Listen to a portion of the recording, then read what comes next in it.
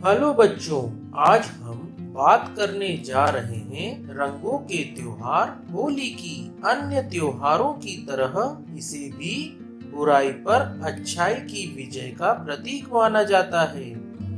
बात उन दिनों की है जब धरती पर दैत्य हिरण्यकश्यप का अत्याचार बढ़ता जा रहा था।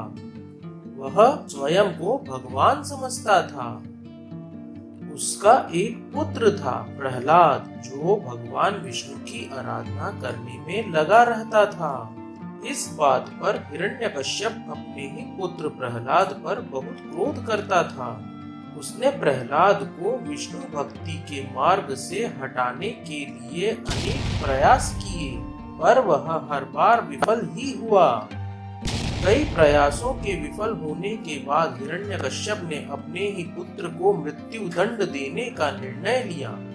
एक बार उसने प्रहलाद के ऊपर हाथी को चढ़ाने का प्रयास किया, किंतु ईश्वर के चमत्कार से हाथी का मन बदल गया और वो बिना कुछ किए ही वहां से चला गया। अगली बार प्रहलाद को पहाड़ों से फेंकने का प्रयास किया, पर भगवान के चमत्कार से वह फिर बच गया।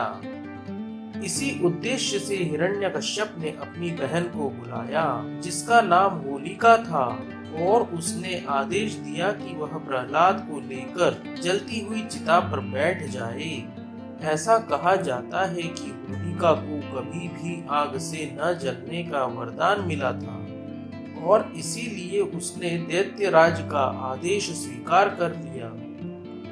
होलिका जब प्रहलाद को लेकर जलती हुई चिता पर बैठ गई, तो प्रहलाद ने ईश्वर के होने के विश्वास के साथ ओम नमो भगवते वासुदेवाय नमः मंत्र का जाप करने लगा। कुछ ही क्षणों में होलिका जलने लगी और अग्नि बुझ गई।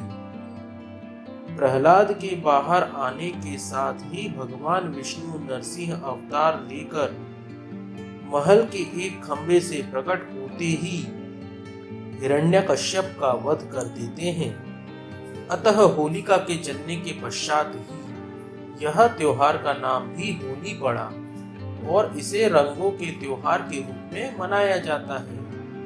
आप सभी बच्चों को हैप्पी होली।